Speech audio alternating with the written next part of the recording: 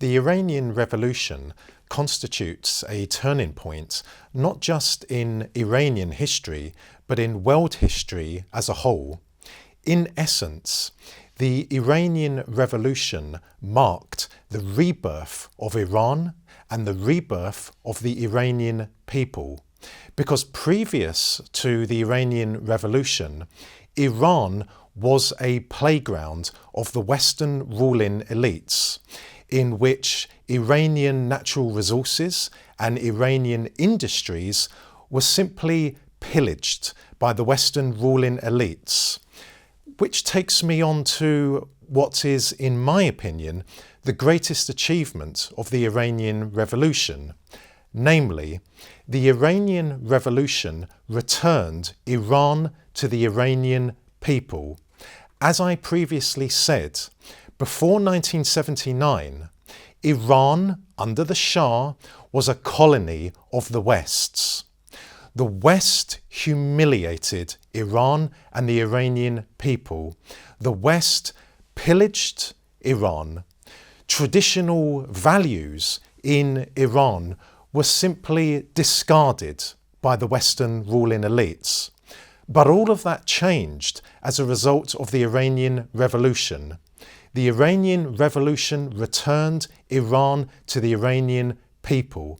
The Iranian people were once again masters in their own houses, which meant that the cultural and spiritual values of the Iranian people were resurrected and restored in full to the Iranian people. Iran became a truly independent and sovereign country.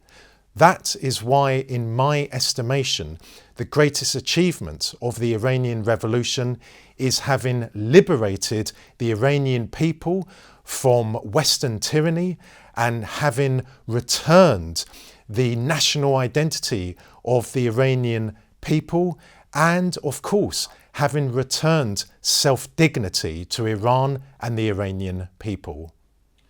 As a result of the Iranian Revolution, Iran was reborn. Politically, economically, militarily, and socially, the country began to develop in a very strong way, in a very independent way.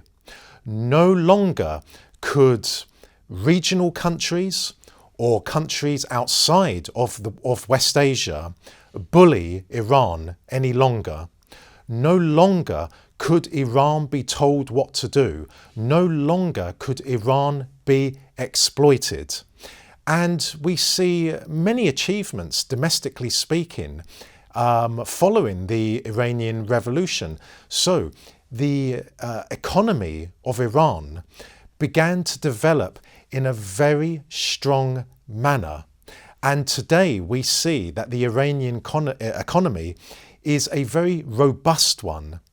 Also, when it comes to science, Iran is producing some of the most eminent of scientists in West Asia.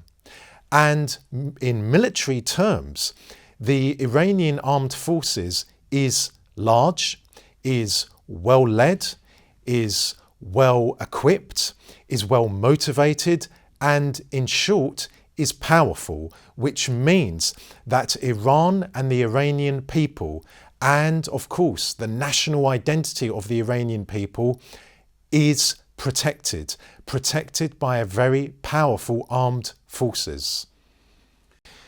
The Western ruling elites will seek to demonize, will seek to weaken, will seek to destroy any country in a geostrategic part of the world which follows an independent foreign policy, which does not bow down to the diktats of the Western ruling elites. Thus, it was only inevitable that following the Iranian Revolution, the Western ruling elites, using Western mainstream media, would begin the process of demonizing the Iranian Revolution, of demonizing the Iranian people, and of demonizing Iran as a whole. Why? because Iran sits in a very geostrategic part of the world. Iran is truly independent and sovereign, which means that the control which the Western ruling elites exert over West Asia is not complete. It is not complete because of the Iranian Revolution. When the Shah was in power in Iran, and because he made Iran a vassal state of the West, it meant that Western control, Western occupation of West Asia was virtually complete. But as a result of the Iranian Revolution, Iran became free. And because of that, Western control over West Asia became somewhat weakened and somewhat challenged. The Iranian people took a decision to overthrow the Shah, to restore their independence and their dignity, and as a result of that, Iran could no longer be bullied by the Western ruling elites. That is why, for 46 years now, Iran, the Iranian people, and the Iranian Revolution have been vilified by the Western ruling elites, because the Western ruling elites want to control Iran. They want to subdue Iran. They want to dominate Iran, and they want to exploit Iran. I would submit that some of the most important, some of the most impressive consequences of the Iranian Revolution revolve around science, economics, and military affairs. So when it comes to economics, the Iranian economy today is very strong, in spite of the numerous Western sanctions on it. I have long said that if the Iranian economy could survive the 1980s, when Iran was at its most vulnerable, then very little can subdue the Iranian economy today. The Iranian economy, as I said, is robust and is growing stronger year in, year out. And that is reflected in numerous ways. One of them being that the average standard of living in Iran today is good. There is a good welfare state in existence in Iran. Are there challenges for the Iranian economy? Yes, of course. Are there weaknesses which the Iranian economy needs to address? Yes. That can be applied to every economy in the world, including the American economy and the British economy. But the Iranian economy is strong, and it is catering for the needs of the Iranian people when it comes to their day-to-day living existence, and also when it comes to protecting Iran from dangerous outside forces. Then when it comes to science, Iranian scientists are some of the most respected, not just in West Asia, but across the world. And Iranian scientists have contributed immense achievements for developing science for civilian purposes in Iran. And then when it comes to military affairs, the Iranian armed forces is more than capable of defending Iran from internal enemies, such as terrorist groups, be it Al-Qaeda or ISIS or MEK, and also protecting Iran from external enemies, for example, Israel. And we should also be aware that another achievement of the Iranian Revolution is that today, and for some years now, Iran enjoys a strategic partnership with Russia, one of the superpowers in the world. That is clearly good for Iran, it is clearly good for Russia, and it shows that the power of Iran is respected across the world because Russia military and nuclear superpower has concluded a strategic agreement with Tehran. So again, gone are the vulnerable days of the 1980s. Today, in 2025, Iran is strong and enjoys very strong relationships with very strong countries across the world. Immediately following the Iranian Revolution, the new Iranian government pledged full, unequivocal support to the Palestinian people to defend the Palestinian people from the horrific persecution which they have been enduring at the hands of the Israelis ever since 1948. So for 46 years now, Iran has been the principal supporter of the Palestinian people, be it Palestinian Muslims or Palestinian Christians. It makes no difference. And Iran will never stop supporting the Palestinian people. The Iranian government does all that it can to support the Palestinian people. And quite frankly speaking, now that Syria has fallen to Al-Qaeda and as a result is being dismembered and essentially Syria is destroyed, without Iran, the Palestinian people would have no hope in this world at surviving the onslaught from the Israelis. So clearly, Iran has done everything which it has pledged to do to help the Palestinian people. And I would like to add this: shame on the Arab world, because Iran, which of course is not an Arab country, has been the leading supporter of the Palestinian people, and yet Arab countries have done, apart from Ba'athist Syria, which of course no longer exists, the rest of the Arab world have done nothing to aid the Palestinian people, fellow Arabs. They have done nothing. So all credit to Iran and shame on the Arab world. There is an enormous difference between Western governments and Western nations. So, for example, in my country, in Britain, the British ruling elite cares nothing for the British people. And when I say the British people, I mean the British people. The British people are comprised of 4 nations: the English, the Scottish, the Welsh, and the Northern Irish. The British ruling elite has systematically destroyed the cultural and spiritual values of the British people through various means.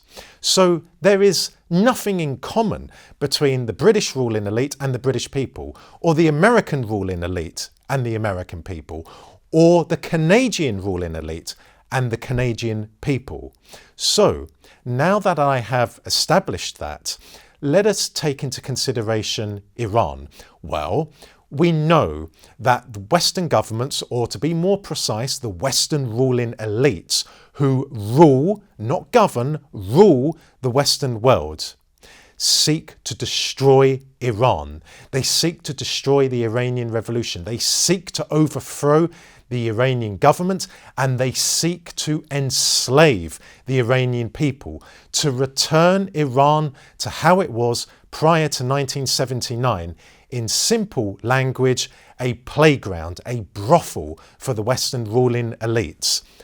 When it comes to the Western nations, I can assure you that the average British person, the average French person, the average German person, indeed the average American person, once you inform them that Iran has been dehumanized, has been demonized by the Western ruling elites, who are demonizing the British national identity and Christianity and whatnot, Western nations then understand that Iran is not a threat to them.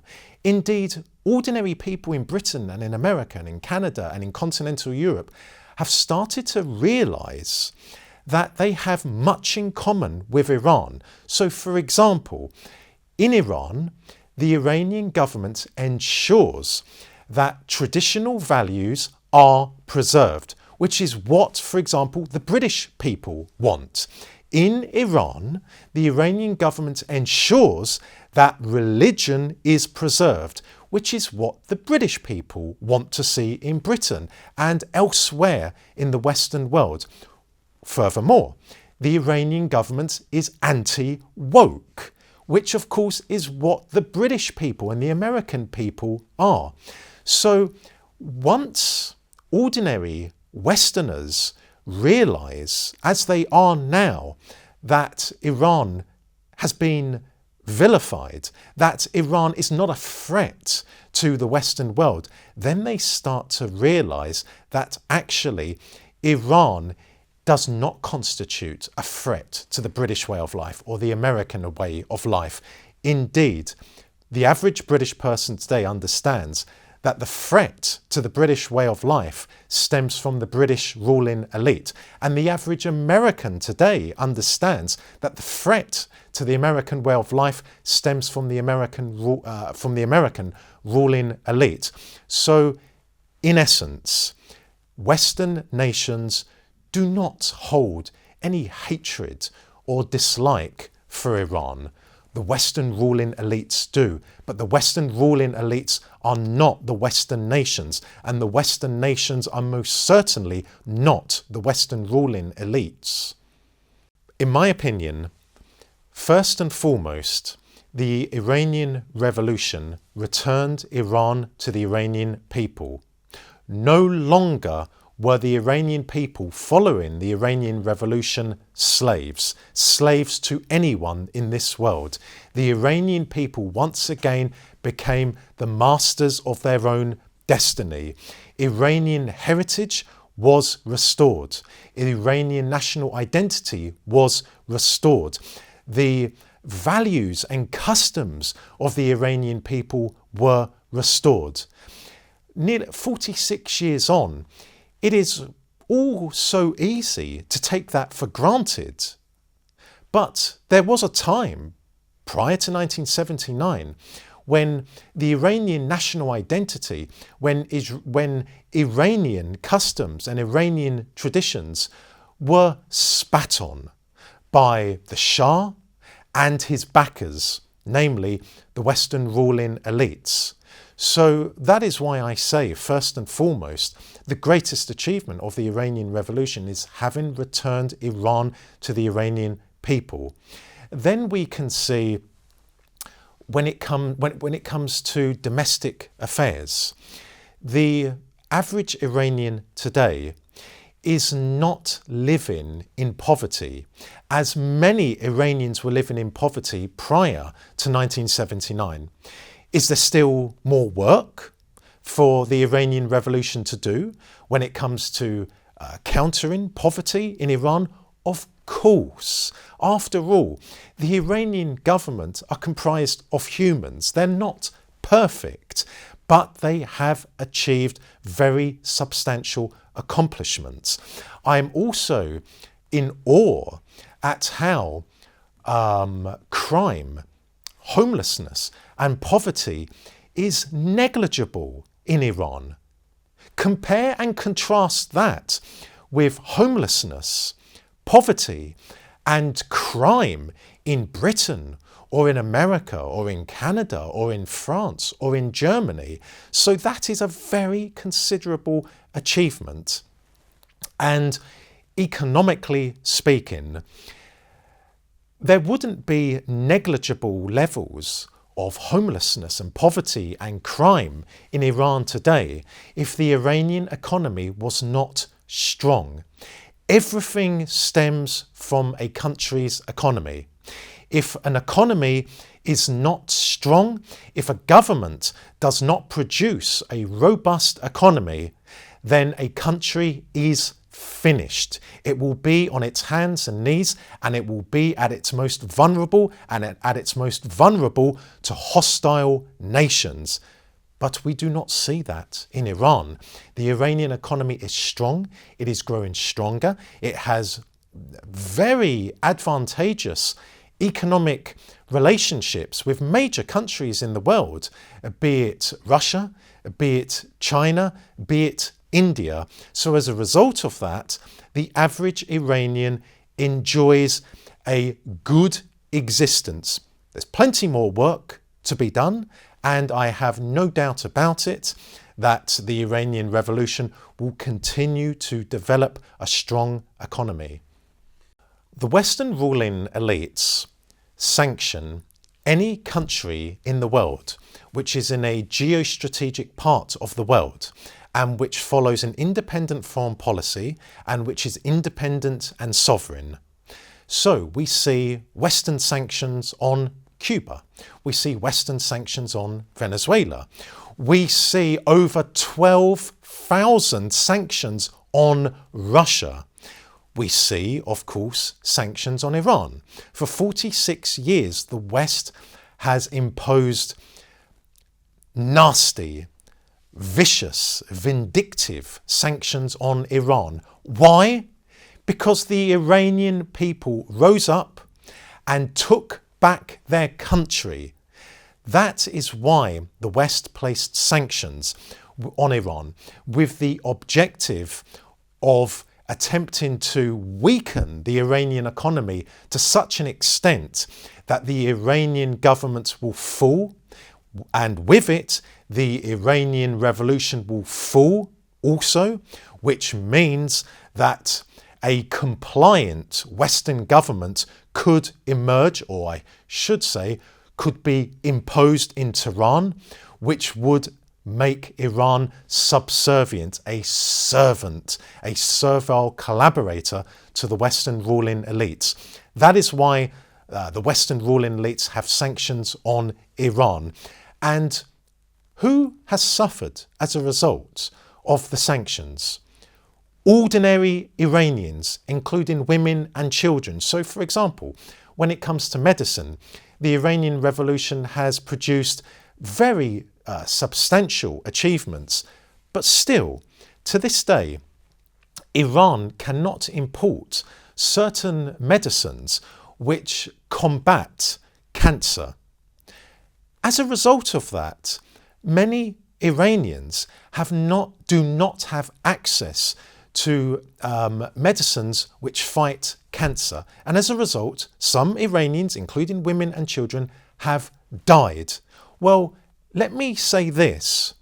Those Iranians, including women and children, were killed by Western sanctions, which ultimately means the Western ruling elites killed those poor, innocent Iranian civilians.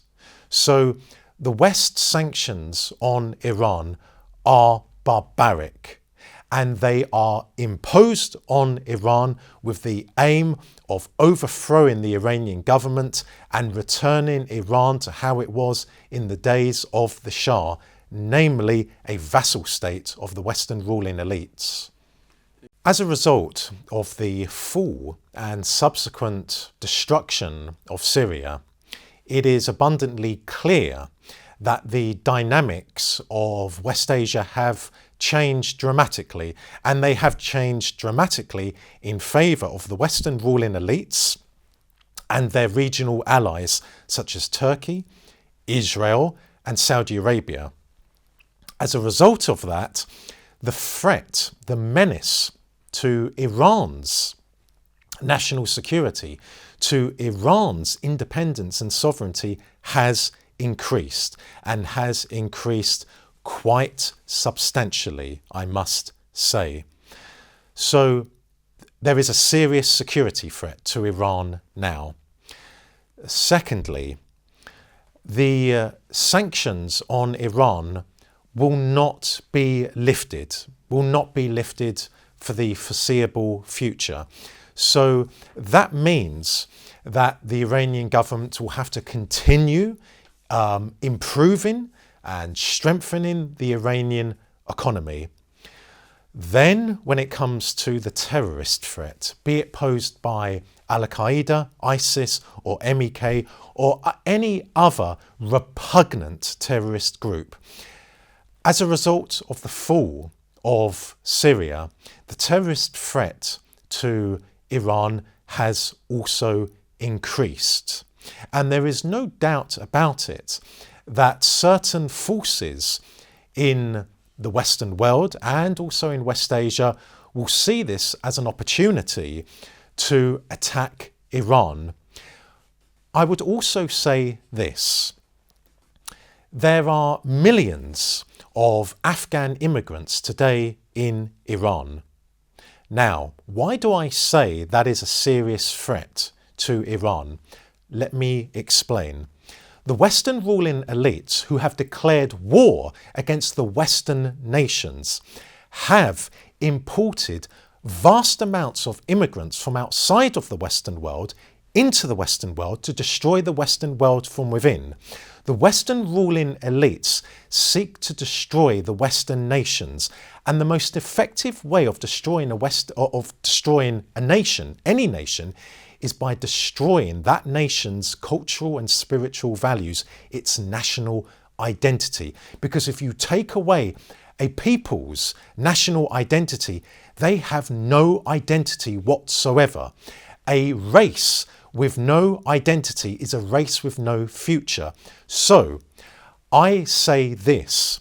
The Western ruling elites are still in Afghanistan. The Western ruling elites do not have to exercise influence and power in a country by having a military presence there. No.